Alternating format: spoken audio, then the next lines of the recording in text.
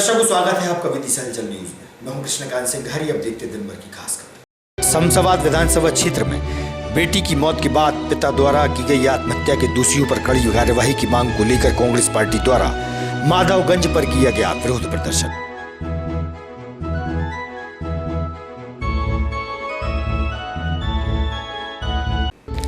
सलामतपुर के पास चलती बाइक पर गिरा यूकेलिप्टस का वृक्ष। 2 शिक्षकों में से हुई एक की मौके पर ही मौत, दूसरे का मेडिकल कॉलेज में चल रहा है इलाज।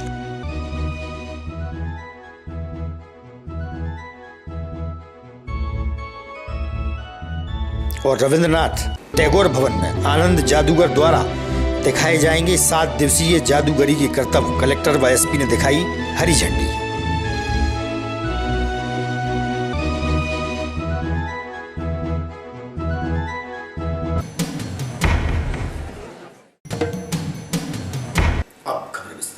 शमशाबाद विधानसभा क्षेत्र के ग्राम दोपारिया की घटना को लेकर बुधवार को युवा ब्राह्मण विकास परिषद द्वारा प्रदर्शन थमने को नाम नहीं ले रहा है। माधवगंज पर ब्राह्मण युवा विकास परिषद के युवाओं द्वारा प्रशासन का पुतला दहन किया गया। बड़ी संख्या में युवा ब्राह्मण विकास परिषद के लोग मौजूद रहे।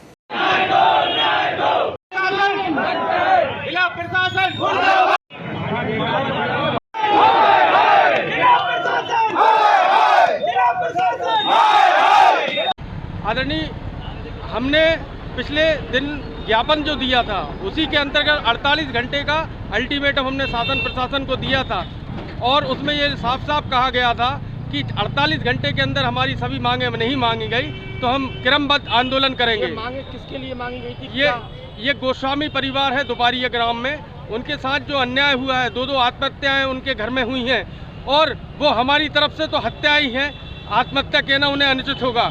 और शासन प्रशासन के होते हुए इस तरह की जो घटना घट रही हैं दिन पे दिन बढ़ती जा रही हैं। चूँकि ब्राह्मण समाज का मामला है, मैं तो कहूँगा किसी भी समाज का मामला हो, वो समाज के लिए जो चुन के भेजते हैं आपको, उनके लिए चुल्लू भर पानी में डूब मरना चाहिए ऐसे लोगों को। क्या कार्रवाई चाहते हैं? हम शासन प्रशासन से ये मांग रखी हमने माननीय मुख्यमंत्री जी के नाम कि पीड़ित के परिवार को 25 लाख रुपए की आर्थिक सहायता दी जाए, पीड़ित के परिवार को प्रधानमंत्री आवास योजना के अंतर्गत मकान दिया जाए, पीड़िता के परिवार के किसी एक व्यक्ति को शासकीय सेवा में नौकरी दी जाए और पीड़िता के परिवार पर जो पीड़ित दोषी परिवार है, दोषी परिवार के घरों पर बुलडोजर चला जाए। विदिशा बंद करने की बात भी कही जी, अगर कल हम विचार कर रहे हैं, पूरे व्यापारी भाइयों से हम बात करेंगे और कल ही हम निर्णय लेंगे। वैसे हमने निर्णय ले लिया है परिषद ने कि परसों विदिशा बंद रहेगा या नहीं रहेगा।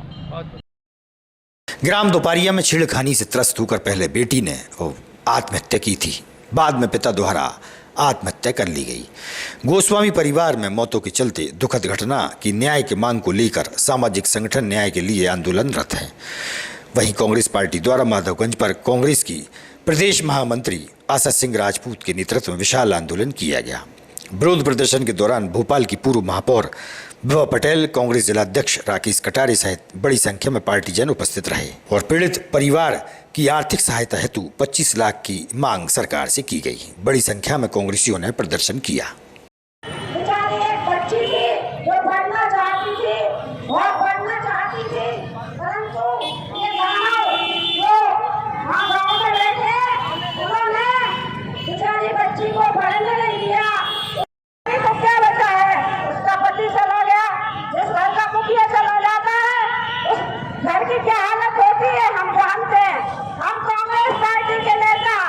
कांग्रेस पार्टी के कार्यकर्ता संकल्प ले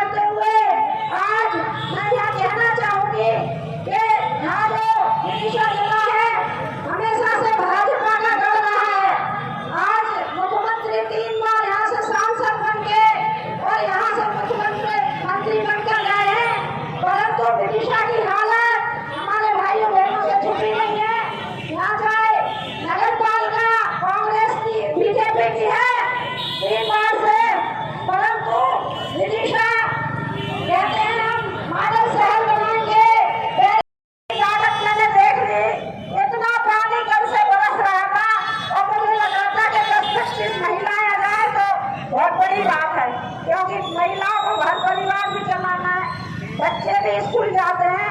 परंतु आज मेरी बहनों ने हमारे प्रदेश अध्यक्ष के निर्देश पर जो यहाँ ताकत बताई है वो सराहनीय है। और एक महिला यही है कि आज मध्य प्रदेश में 21,000 से ज्यादा लड़कियां गायब हैं और उनका पता करने के लिए शिवराज सिंह द्वारा कोई कदम नहीं उठाया जा रहा है।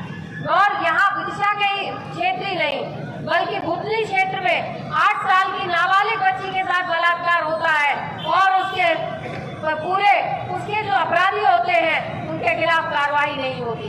बुधनी में ही बाया में लड़की आदिवासी बच्ची राजपूत प्रदेश महामंत्री महिला कांग्रेस। आज के संबंध में यहाँ पर कार्यक्रम था और इस कार्यक्रम में कौन अतिथि थे और क्या आप लोगों की मांग है और किन के लिए है?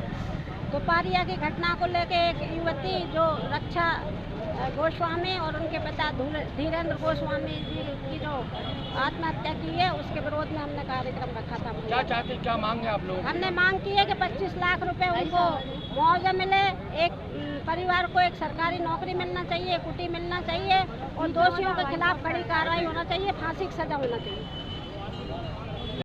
क्या मांग है, किन के लिए मांग है?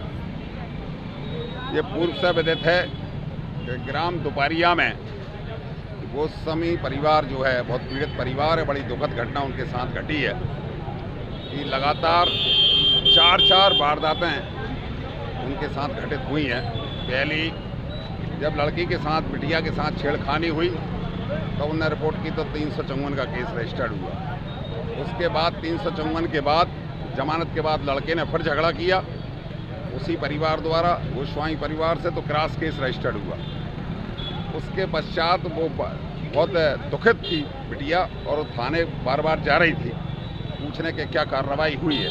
उसमें वहाँ प्रधान आरक्षक राकेश शर्मा ने अभद्र भाषा का उपयोग करते हुए उससे बातचीत की, उससे ही वो दुखी हुई और उसने आत्महत्या कर ली। उसकी आत्महत्या के बाद उसने जो सुसाइड नोट लिखा था उसमें 6 नाम थे, एक पर FIR हुई, एक को जेल भेजा, 5 लोग आप खुले रूप से घूम रहे हैं, उनके नाम FIR में सरकार द्वारा नहीं लिखे गए। पिता बहुत दुखी था, बार बार थाने के चक्कर लगा रहा था, कार्रवाई क्या हुई अंततः उसे संतुष्टि नहीं मिल रही थी।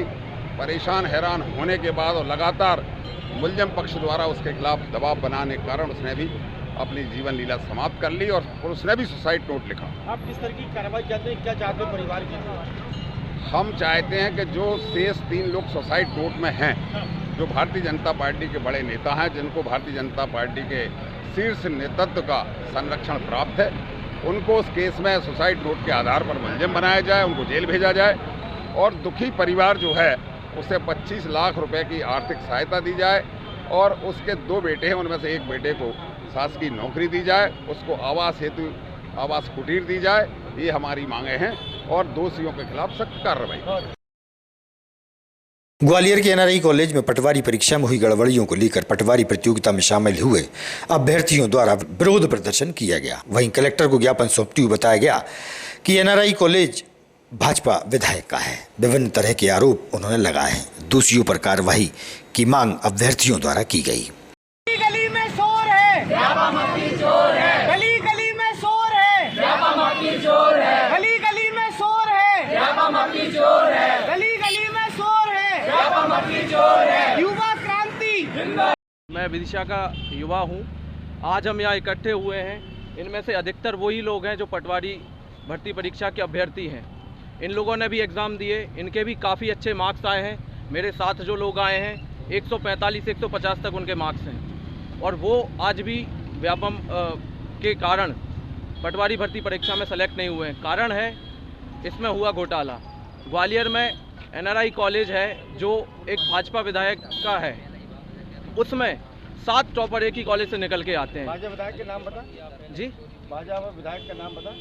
विधायक जी हैं कुशवाहा जी। पूरा नाम मालूम है? जी, पूरा नाम क्या? पूरा नाम संजीव कुशवाहा है ना? कल के दैनिक संजीव सिंह कुशवाहा जी विधायक जी का नाम है। भिंड विधायक हैं संजीव सिंह कुशवाहा, उन्हीं का कॉलेज है। उन्हीं का कॉलेज है। उनकी भी इसमें टिप्पणी आई है, अब वो फिर जांच के अंतर्गत आएगी। लेकिन मैं ये आपको तथ्य बताना चाहूँगा, इसमें बिल्कुल भी लॉजिक लगाने की ज़रूरत नहीं है। एक व्यक्ति जो बालाघाट का रहने वाला है, जिसने पहली प्रेफरेंस बालाघाट भरी है, वो 700 किलोमीटर दूर ग्वालियर आकर एग्ज़ाम देता है। जबकि अधिकतर लोगों को, लगभग 100% लोगों को सेंटर अपने आसपास मिलते हैं। कार्रवाई चाहते हैं आप?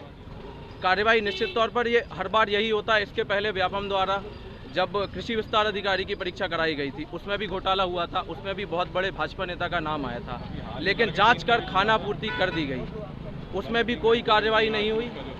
परीक्षा में उसमें शर्मा हूँ।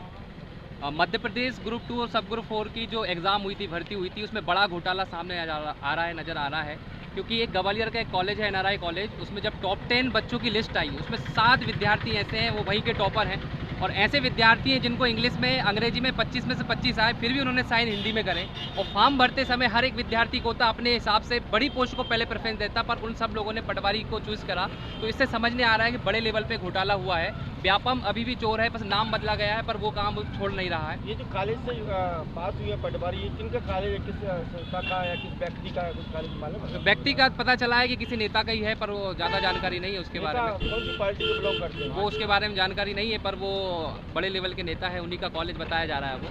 तो अब क्या कार्रवाई चाहते हैं आप? हम ये चाह रहे हैं कि जिस लेवल पे धांधली हो रही है, कब बंद होगी। हम सरकार से चाहते हैं कि इस पर जल्दी निर्णय ले, एक जांच कमेटी बने और सही से जांच हो, CBI लेवल की जांच हो और पता चले कि भाई ये किस लेवल का फर्जीवाड़ा हुआ है। टीचर कॉलोनी निवासी 21 वर्षीय युवक द्वारा फांसी लगाकर आत्महत्या करने का मामला प्रकाश में आया है। मृतक के शव को PM के लिए जिला अस्पताल लाया गया। मृतक के पिता व चौकी प्रभारी से इस संबंध में चर्चा हुई। सुनिए आप उनका क्या कहना है। एक बार ब्राइट कैरियल स्कूल की वाली गली के पीछे। कौन सा मोहल्ला? वो मास्टर कॉलोनी मोहनगिरी। क्या हुआ? ये सर मेरी लड़की ने सुसाइड कर ली सर रात में। कैसे करिए? ये वो तौलिया से फंदा लगा के और बस 11:30 बजे के करीब लटका तो मुझे आवाज़ आई तो मैं दौड़ा जब तक ख़त्म ही हो गया तो मैंने उठा के खोला सर उसे और तुरंत मैंने पुलिस को फ़ोन किया। पुलिस थोड़ी देर बाद आई तो फिर बोले एक काम करो आप उठा के ऑटो में ले चलो। मेरा खुद का ऑटो है, मैं लेके आया सर।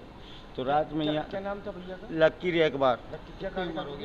ये मोडी वालों कारखाने में कपड़े की दुकान पे काम करता था। कितनी उम्र होगी? 21 वर्ष की। क्या कारण कुछ सामने आया? नहीं, कारण नहीं बताया सर, कुछ भी ना, कोई विवाद ना कोई बात, ना किसी से बोला ना चाला। आया चुपचाप बिल्कुल सुनमान। वो आके खाना खाया, खाना खाने के बाद क्या बात हुई थी रात में? कुछ बात हुई थी? कुछ नहीं हुई सर, कोई बात भी नहीं हुई। शादी हुई थी? नहीं हुई सर। 21 साल है।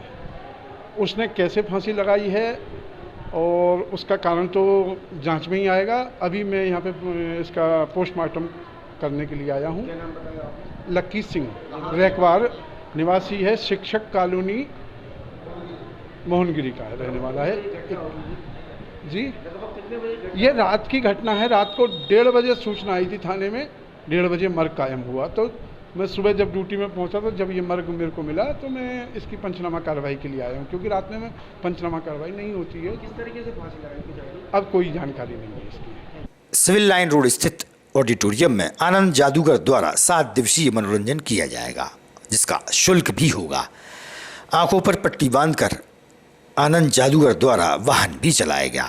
वहीं कलेक्टर उमाशंकर भार्गव व SP दीपक कुमार शुक्ला द्वारा हरी झंडी दिखाई गई और रवाना किया गया।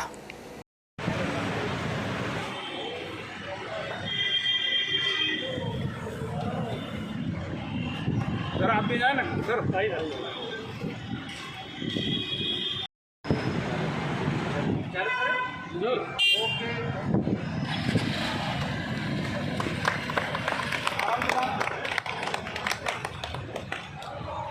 भी बहुत पुराना साल से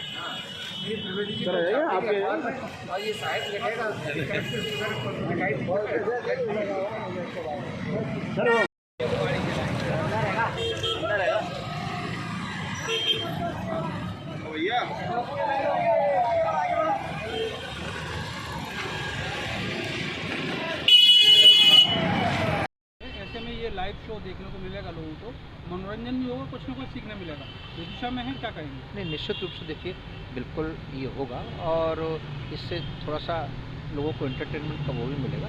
लेकिन जो विषय आज का उसके मामले में आपको ये बताना चाहूँगा कि यहाँ पर SP साहब भी हैं। हम लोग अभी लगातार प्रतिमाह रेगुलरली सड़क सुरक्षा समिति की बैठक कर रहे हैं और पूरे ज़िले में हमारे संयुक्त दल ने जो हमारे ब्लैक स्पॉट थे जहाँ पर एक्सीडेंट ज़्यादा होते हैं वो हमने चिन्हित किए हैं और वो एक्सीडेंट हम कैसे कम कर सकें, कैसे पूरी तरह रोक सकें, ये सुझाव भी लिए हैं समिति से और हम उस दिशा में काम कर रहे हैं। दिशा में जादूगरी का शो आगामी 2 सप्ताह तक रहेगा।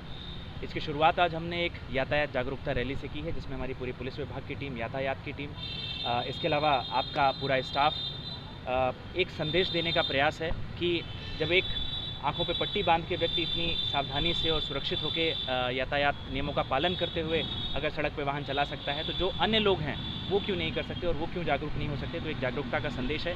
जैसा आपने देखा, हम लोग लगातार इस पे काम कर रहे हैं और हमने अभी आपके सामने आंकड़े प्रस्तुत किए थे कि अप्रैल से जून की अवधि में हमने लगभग 50% जो इसमें होने वाली मृत्यु दर थी उसमें कमी लाई है। जो पिछले साल 73 मृत्यु दर थी वो इस साल 49 पे आई है इन 3 महीनों की अवधि में। और लगातार हमारे प्रयास रहते हैं, तो हमें एक अवसर मिला इससे जुड़ने का, तो हम साथ में जुड़े हैं और हमारा प्रयास है कि ये संदेश अधिक से अधिक लोगों तक जाए। संदेश जानने के लिए आपको इस बात पर विश्वास करना होगा कि आज तक एक भी अंधा आदमी रोड एक्सीडेंट में दुनिया में कहीं नहीं मरा है। अंधा आदमी रोड एक्सीडेंट में कभी और कहीं नहीं मरा है।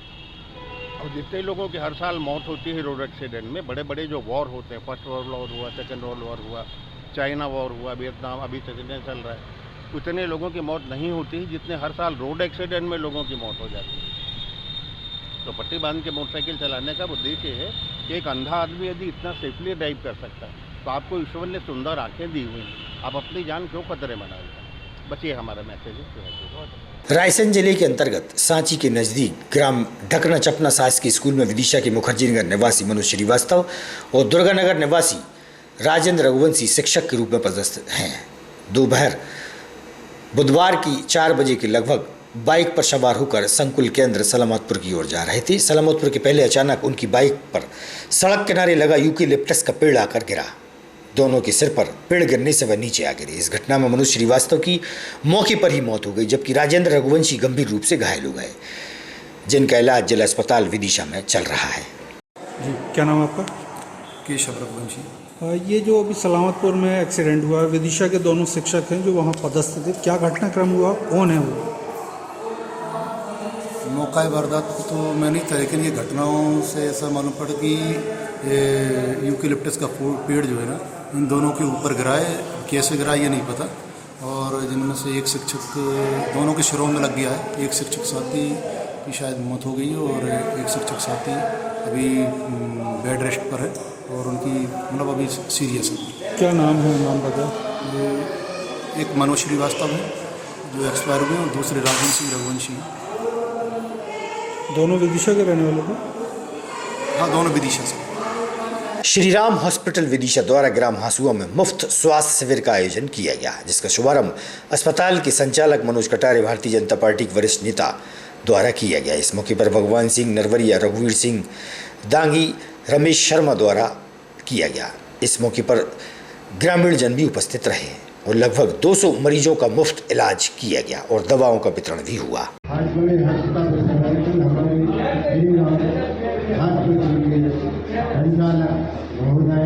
हमारे गाँव में जो फिलहाल लगाकर हम सब लोगों को आयुष्मान कार्ड के माध्यम से अवगत कराया और हमारे मुख्यमंत्री की तभी उन्होंने अपने दिमाग में आई कि और कहीं भी यह खबर लगा सकते थे, लेकर हमका उन्होंने सुना और हम सबको इस इलाज का, मुफ्त इलाज का, जो प्रधानमंत्री आयुष्मान कार्ड के माध्यम से जो मुफ्त इलाज हमको मिलने वाला उसकी जानकारी हमको दिल्ली का होगा। एक्सरा होना है, एक पैसा नहीं लगेगा। एक्सरा 2 बार होना है, 5 बार होना है, 10 बार होना है, तो भी एक पैसा नहीं लगेगा।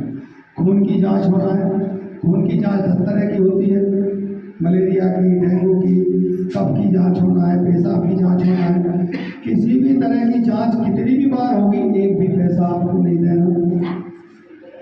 अब आपको 4 से दिन भर्ती रहना है, इसके बाद ठीक हो गया वापस आना है। अगर दुर्भाग्य से किसी तरह की कोई सर्जरी होना है, ऑपरेशन होना है, तो उसका भी आपको 1 रुपये भी नहीं देना।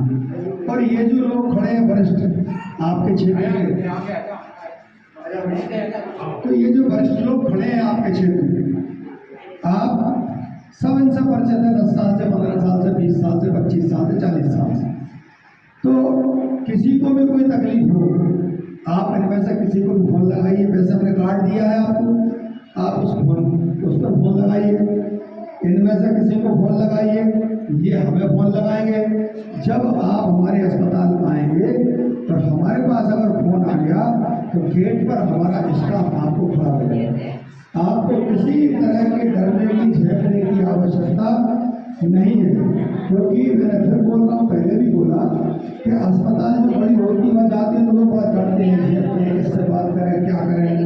तो आपको मैं बड़े विश्वास दिलाता हूँ, उस अस्पताल में आपको एक ऐसा माहौल मिलेगा जैसे बिल्कुल घर की आपकी अपनी अस्पताल। कोई तकलीफ आपको वहाँ पर आए, आप गाँव वाले जिनने भेजा है, रमेश महाराज है, भगवान सिंह दादा है, रघुवीर दादा है, बलराम है, और जो हमारे जो वरिष्ठ लोग खड़े हैं, इनको आप फोन लगाओगे तो तत्काल मुझे फोन लगाएंगे। अगर कोई तकलीफ है, आपकी तकलीफ को तत्काल किया जाए। इतनी बड़ी जगह है, मरीज अगर आपका भर्ती है, परिवार के 4 लोग उसको अटेंड करने के लिए रुके हैं और 50 लोगों के रुकने की व्यवस्था है। इतनी बड़ी जगह है। तो कुल मिला करके ये कैंप लगाने के पीछे उद्देश्य कि सरकार ने इतनी इंसानियत और मानवता की इतनी बड़ी योजना वो लाए है, आयुष्मान भारत योजना, उसका जो लाभ नहीं मिल रहा।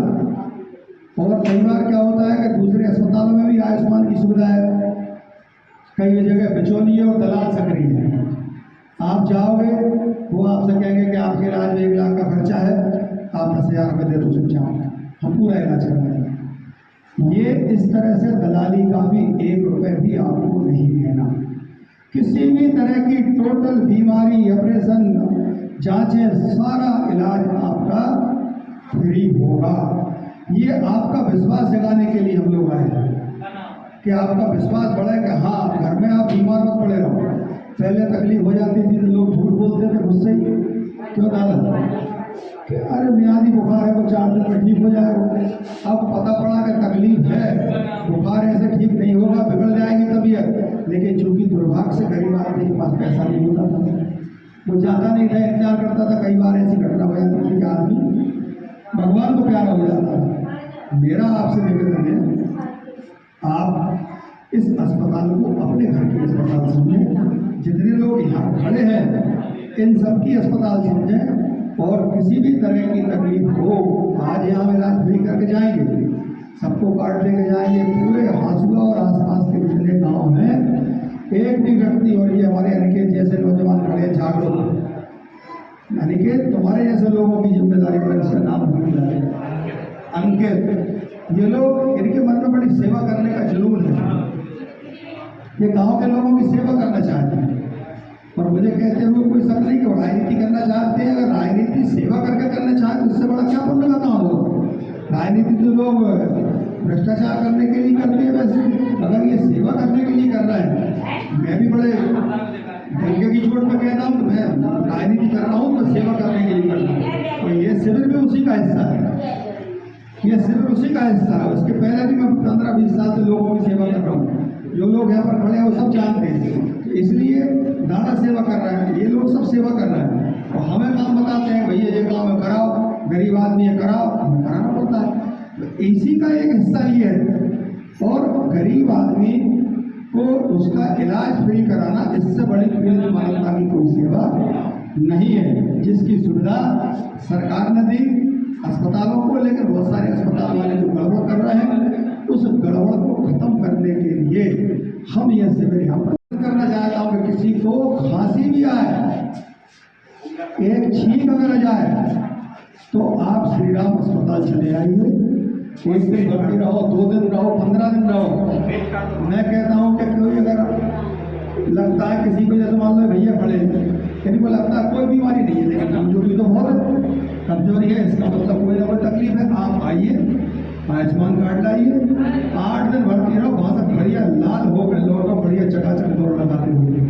जब सुविधा है तो क्यों नहीं लोगे आप? हमें पैसा सरकार देगी, ये बात सही है कि आयुष्मान में पैसा, अगर हम प्राइवेट कोई इलाज करें, अगर 10,000 रुपये मिलता है तो आयुष्मान में 5,000 मिलता है। उस पर ही तो ये कि 1-1, 1.5 साल तक नहीं मिलता है। लेकिन अगर सरकार ने सुविधा की है तो हम तो सुविधा देने के लिए आपको आपके घर तक आए हैं। इसलिए मैं निवेदन करना चाहता हूँ जितने लोग यहाँ खड़े, आप सबसे हाथ जोड़कर निवेदन है कि आप इस बात पर नजर रखें कि कौन व्यक्ति ऐसा है आंसू में जो बीमार है और आयुष्मान कार्ड है और जो अस्पताल तक नहीं जा पा रहा है, जिसके परिवार में कोई नहीं है, कोई बुजुर्ग है, मान लो कोई नौजवान नहीं है, मोटरसाइकिल नहीं है, बस के पैसे नहीं है, तो ये आपकी जिम्मेदारी है उनको भेजें। और अगर कोई बहुत गंभीर है बुजुर्ग जिसके घर में कोई नहीं है, हमें आप फोन लगाएं, हम उस मरीज को यहाँ से दिशा मंगवाएं, लेकिन वो जायज होना चाहिए कि हाँ वो आ ही नहीं सकता। इसलिए मैं आप सबसे दोनों हाथ जोड़ करके निवेदन करता हूँ कि यहाँ पर लोग खड़े हैं, आपसे भी, तो सामने हमारी माता बहनें बुजुर्ग बैठे, आपसे भी, अब कोई भी तकलीफ हो आपको आयुष्मान कार्ड के माध्यम से आपका पूरा इलाज हम फ्री करेंगे, एक पैसा भी आपको नहीं देना। कोई भी व्यक्ति ऐसा ना हो जिसको तकलीफ हो और आयुष्मान कार्ड और उसके बाद भी वो घर में पड़ा रहा है, क्या देखेंगे जो होगा सो ऐसा नहीं। आप आइए, आप आज इस शिविर का भरपूर लाभ लो। इसको जितनी दवाइयाँ 25,000 की 50,000 की अगर बांटना पड़ेंगी, हम अपनी तरफ से ये दवाइयाँ आपको फ्री दे करके जाएंगे। इसलिए हमने ये शिविर लगाया है। बहुत बहुत धन्यवाद। और जो हमारे युवा खड़े हैं आप लोग गाँव में जाओ, लोगों को बताओ भाई ये शिविर चल रहा है, शिविर चल रहा है, मुफ्त इलाज होगा, जांच हो जाएगी, अगर बड़ी बीमारी है कल भर्ती कर लेंगे। इसलिए आप सबको हमें सुविधा देने के लिए आए, बहुत बहुत धन्यवाद। दादा से निवेदन करना, दादा जो लोग बोले कि हमारे घर से हथियार डाल दिए, कह रहे भगवान जी डाल ही बोलेंगे, अब भगवान जी। ताजा तरीन खबरों से रहिएगा आप अपडेट, देखते रहिएगा विदिशा हलचल न्यूज़। हमें दीजिए इजाजत।